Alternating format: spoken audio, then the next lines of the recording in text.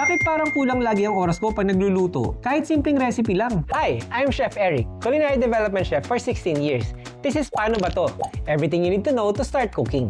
Sa pagluluto, may tinatawag na mise en place. It's a French phrase meaning everything in its place. So, ibig sabihin niyan, lahat ng gagamitin mo, lahat ng ingredients, even the recipe na basta't naintindihan mo na. It will allow you to cook in the most efficient way. At para ma-practice yan, magluluto tayo ng chop suey in 15 minutes from start to finish. The success of serving a dish is really 90% in the preparation. That's part of doing the mise en place, understanding what's going to happen in the recipe from start to finish. So you can adjust your knife skills or your mise en place according to sa amount of time that you are allotting to finish the recipe.